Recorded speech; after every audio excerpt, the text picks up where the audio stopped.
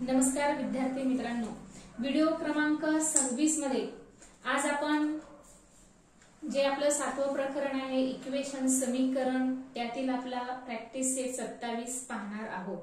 पण हा practice set 27 पाहण्यापूर्वी आपण पाठीमागील व्हिडिओ क्रमांक 25 मध्ये की इक्वेशन समीकरणासंदर्भात काही आपण उदाहरण किंवा काही आपण एक चल म्हणजे काय किंवा समीकरणाची उकल म्हणजे काय हे अभ्यासलेलं आहे। त्याचबरोबर अजून आपल्याला काही अभ्यासता येईल।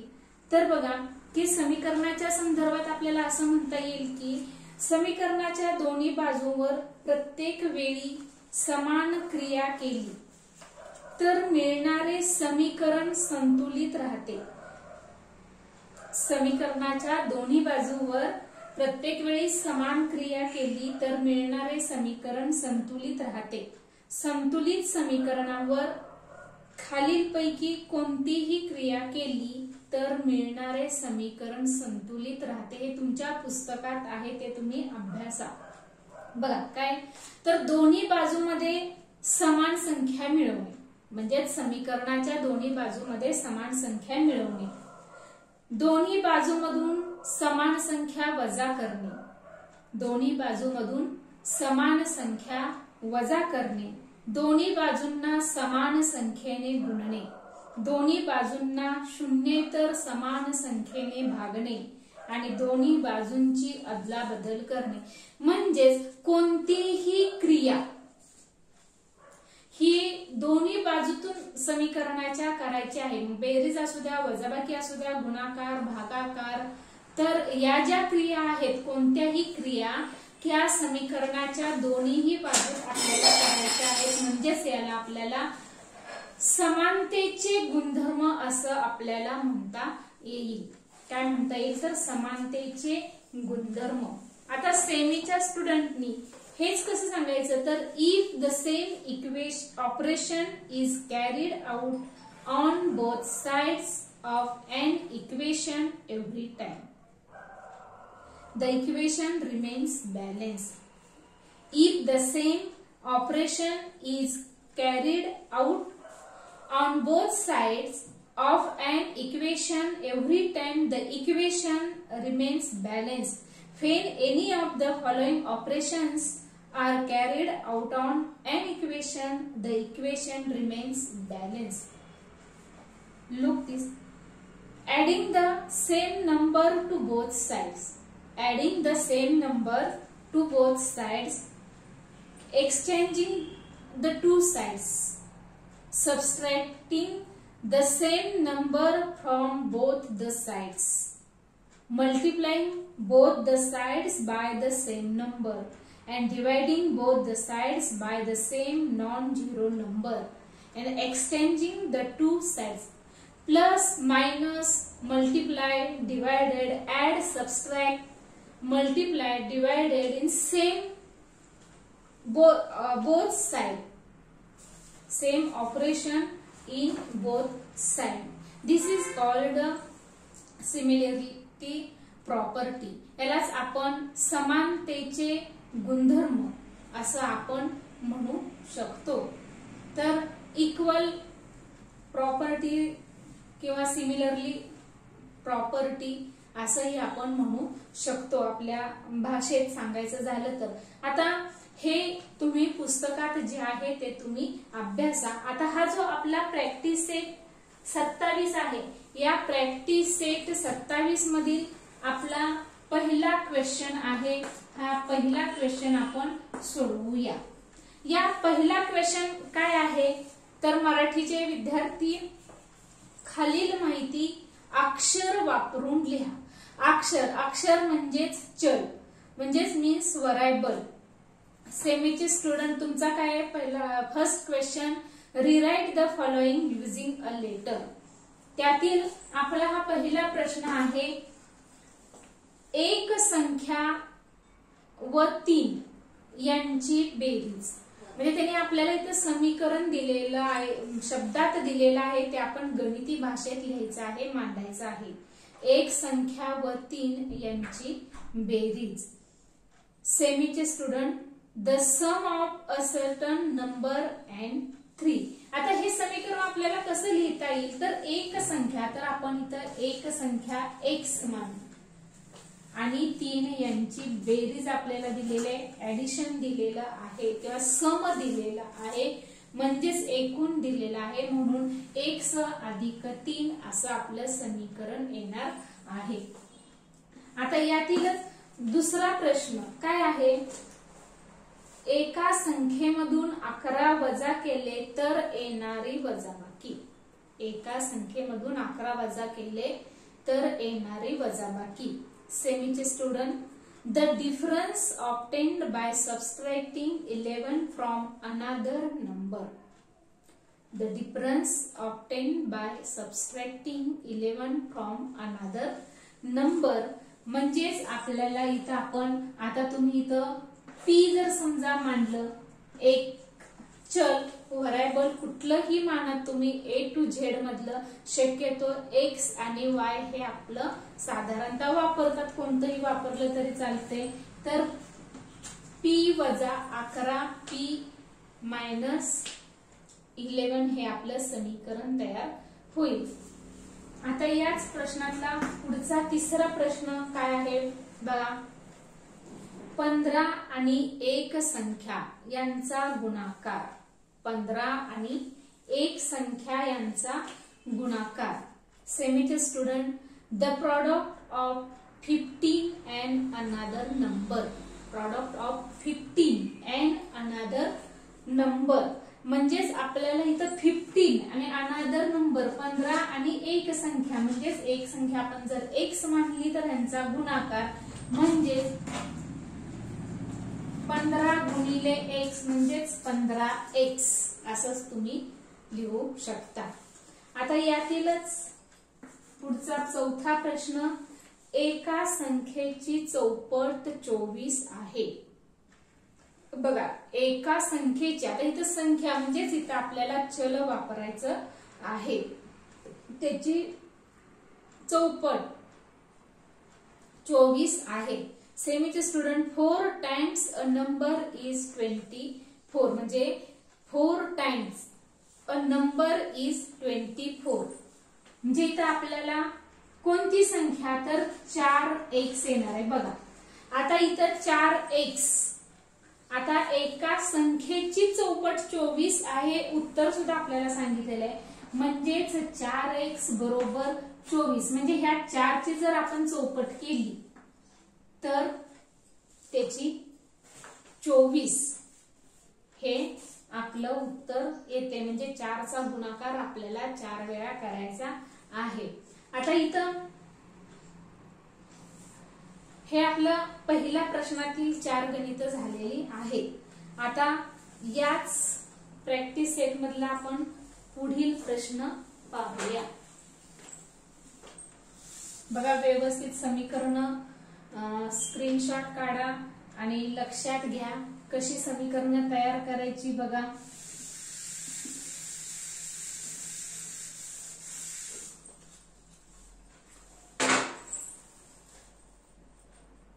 याच प्रॅक्टिस सेट मधील दुसरा प्रश्न काय आहे. दुसरा प्रश्न बघा, खालील समीकरणाची उकल काढण्यासाठी समीकरणाच्या दोन्ही बाजूंना कोणती क्रिया करावी लागेल ते पहा.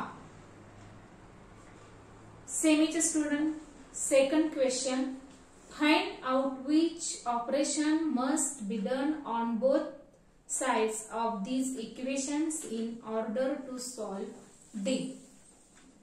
That is first question, x अधिक 9 बरोबर 11. आता इथं फक्त सांगायचं आहे आपल्याला की कोणती उकल काढण्यासाठी कोणती क्रिया करावी लागेल हे आपल्याला सांगायचं आहे. तर इथं आपण काय म्हणू शकतो, आता इथं नेहमी लक्षात घ्या की जेव्हा इथं जे चल तुम्हाला दिलं असेल, व्हरायबल असेल, त्या चलाची आपल्याला किंमत काढायची असते. म्हणजे चलाच्या तिथं तुमची जी संख्या असेल, जी क्रिया असेल त्याच्या विरुद्ध क्रिया करायची. म्हणजे इथं तुमचं अधिक 9 आहे प्लस 9 आहे, मग त्याची ऑपोजिट ऑपरेशन -9 म्हणजे विरुद्ध क्रिया वजा 9 करायचं. म्हणजे आपल्याला इथं काय करावं लागणार आहे, तर समीकरणाच्या दोन्ही बाजूतून 9 वजा करावे लागेल. असं तुम्हाला स्पष्ट ह्याच्यात लिहायचं आहे. दोन्ही बाजूतून 9 वजा करू. समीकरणाच्या दोन्ही बाजूतून 9 वजा करू असं तुम्हाला इथं लिहायचं आहे. आता विरुद्ध क्रिया घ्यायची आहे. आता हे सेमीचे स्टुडंट कसं म्हणणार, सबस्ट्रॅक्ट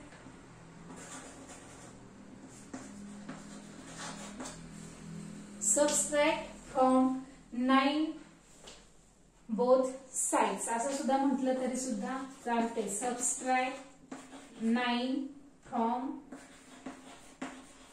बोथ साइड्स म्हटलं चालते. बोथ साइड्स इक्वेशन म्हटलं तरी सुद्धा चालते, किंवा नुसतं बोथ साइड्स म्हटलं तरी सुद्धा चालते. आता दुसरं जे समीकरण आहे ते काय दिलेलं आहे तुम्हाला इथं, x - 4 बरोबर 9 दिलेलं आहे.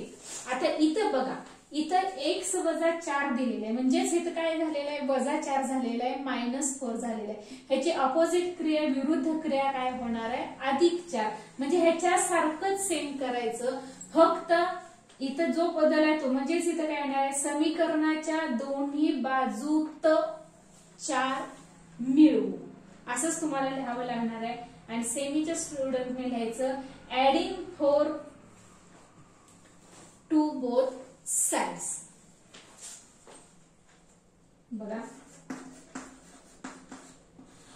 समीकरणाच्या दोन्ही बाजू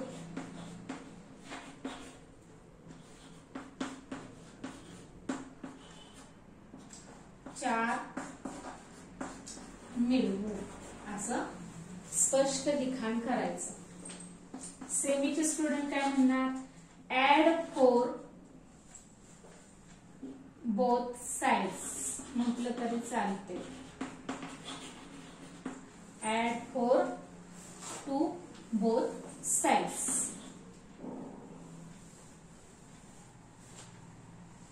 बघा, 2 समीकरण आपले झालेले आहेत. असं लिखाण आपल्याला करायचं आहे. मराठी मीडियमच्या विद्यार्थ्यांनी मी मराठीमधून सांगितलेलं आहे आणि सेमीच्या स्टुडंटसाठी मी इंग्लिश मधून सुद्धा सांगितलेलं आहे. आता राहिलेली पुढची 2 समीकरणं घेऊया आपण.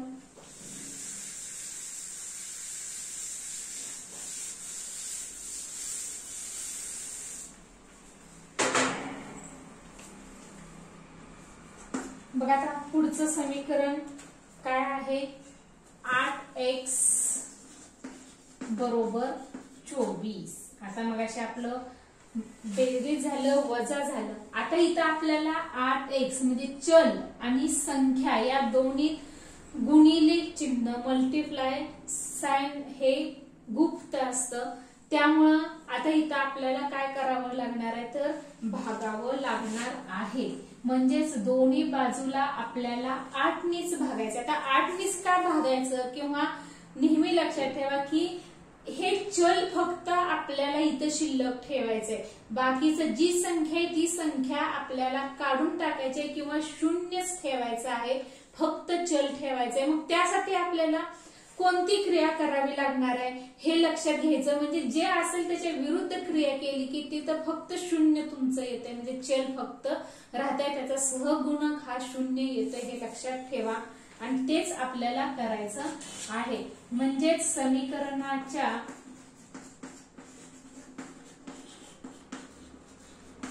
दोन्ही बाजूंना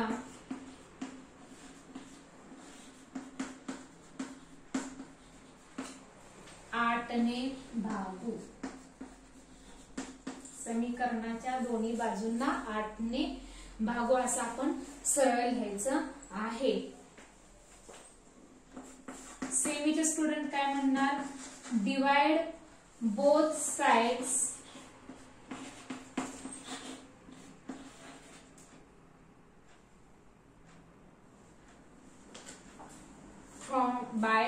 1 असं म्हणू आपण. Divide both sides by 1. आता आपलं पुढचं जे गणित आहे ते काय आहे तर x छेद 6 किंवा x भागिले 6. आता इथं भागिले म्हणजे इथं आपल्याला विरुद्ध क्रिया म्हणजे गुणाकार करावा लागणार आहे. म्हणजेच आपण काय म्हणू शकणार आहे असं की समीकरणाच्या दोन्ही बाजूंना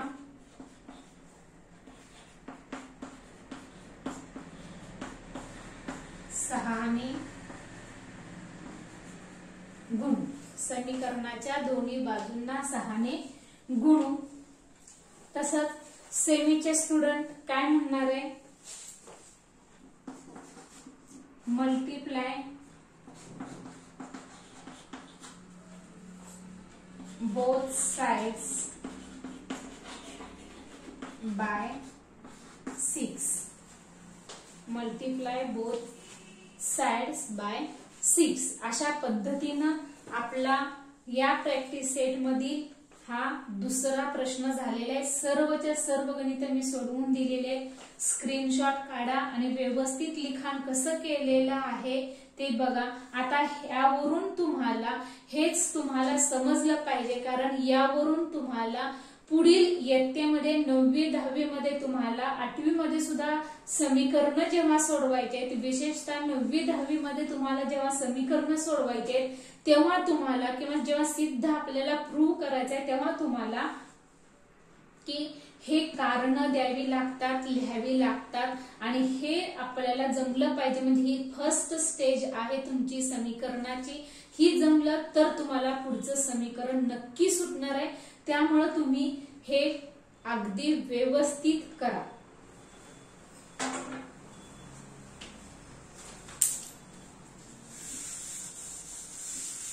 आता पुढील आपला जो तिसरा प्रश्न आहे हा तिसरा प्रश्न आपण पाहूया. काय आहे तिसरा प्रश्न? मराठी मीडियमचे विद्यार्थी बघा. खाली काही समीकरणे आणि चलाच्या किमती दिल्या आहेत. त्या किमती दिलेल्या समीकरणाच्या उकली आहेत का ते ठरवा. आता इथे समीकरण आणि चलाची किंमत दिलेली आहे. सेमीचं स्टुडंट बघा प्रश्न.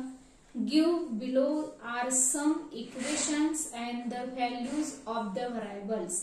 Are these values the solutions to those equations? आता इथं मी काय चार्ट आखत बसणार, फक्त तुम्हाला मी समजून सांगणार आहे कसं सोडवायचं आहे. आता यातील तुमचा हा जो प्रश्न क्वेश्चन क्रमांक आहे त्यातील तुमचा पहिला प्रश्न काय आहे? तुम्हाला काय समीकरण दिलेलं आहे? y - 3 बरोबर 11 आणि y ची किंमत 3 दिलेली आहे आणि उकल नाहीच म्हटलेलं आहे त्यांनी. त्यामुळे काय प्रश्नच नाही.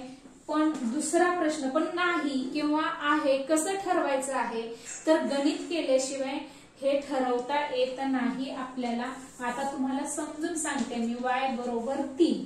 आता ही उकल त्यांनी किंमत सांगितलेली आहे. मग आहे किंवा नाही कसं आपल्याला करायचंय तर y बरोबर 3 सांगितलेले आहे म्हणजे y च्या जागी आपल्याला 3 किंमत ठेवायची आहे.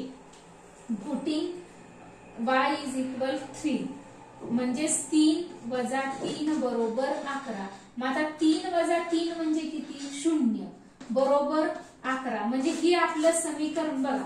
बरोबर चिन्ह आणि ह्या बरोबर चिन्हाची समीकरणाची डावी बाजू आणि उजवी बाजू बरोबर आलेली आहे का? 0 बरोबर 11 असणार आहे का? तर नाही. म्हणजेच म्हणून समीकरणाची ही उकल नाही असं आपल्याला गणित प्रत्यक्ष करायचं आहे आणि सांगायचं आहे. आता दुसरं गणित काय आहे? दुसरं गणित 17 बरोबर n + 7 आणि आपल्याला n बरोबर किती दिलेलं आहे? 10 दिलेलं आहे. 17 = n + 7 n = 10. 17 = n is putting 10 plus 7. 17 = 10 plus 7 17 म्हणजे 17 बरोबर 17 आता इथं एनच्या जागी आपण एनची किंमत घातलेली आहे म्हणजेच 10. 10 अधिक 7 म्हणजेच 17 बरोबर 17 हे आपलं आलेलं आहे, म्हणजेच ही उकल आहे. म्हणून तुमचं इथं उत्तर आहे. सेमीच्या स्टुडंटनी यस लिहायचं आहे. तर अशा पद्धतीनं गणित सोडवून आपण हे ठरवायचं आहे. आता पुढची बघा, 2 गणित आपली याच प्रश्नातली आहेत. काय आहे? 30 बरोबर 5x आणि x बरोबर 6. आपल्याला x ची किंमत 6 दिलेली आहे. म्हणून बघा 30 बरोबर 5 गुणिले 6. आता इथं मल्टिप्लाय गुणाकार आहे म्हणजेच 30 बरोबर 30. म्हणून इथं सुद्धा तुमचं ह्याचं उत्तर येस येणार आहे किंवा मराठीच्या विद्यार्थ्यांनी आहे असं लिहायचं आहे. सॉरी, हा 3रा प्रश्न झालेला आहे. आता हा 4था प्रश्न. m भागिले 2 बरोबर 14 आणि m बरोबर 7 दिलेली आहे. बघा आता m च्या जागी आपल्याला 7 ठेवायचं आहे. छेद 2 बरोबर 14. आता 7/2 म्हणजे इथं जर तुम्ही भागाकार केला तर 3.5 उत्तर येते. म्हणजे हे काय आपलं समान झालेलं आहे का? तर नाही. म्हणून इथं तुमचं 9 किंवा नाही असं उत्तर येणार आहे. आता आपला या प्रॅक्टिस सेट मधील पहिला, 2रा आणि 3रा प्रश्न झालेला आहे. स्क्रीनशॉट काढा आणि व्यवस्थित बघा कसं सोडवलेलं आहे, काय केलेलं आहे. ती गणित तुम्ही बघा आणि सोडवा. लिखाण ही व्यवस्थित करा. जे तुम्हाला मी लिखाण सांगितलेलं आहे तेही लिखाण तुम्ही व्यवस्थित करा. आज आपण इथंच थांबूया. माझं मार्गदर्शन तुम्हाला नक्कीच आवडत असेल. व्हिडिओला लाईक करा, शेअर करा आणि सबस्क्राईब करा. Thank you very much.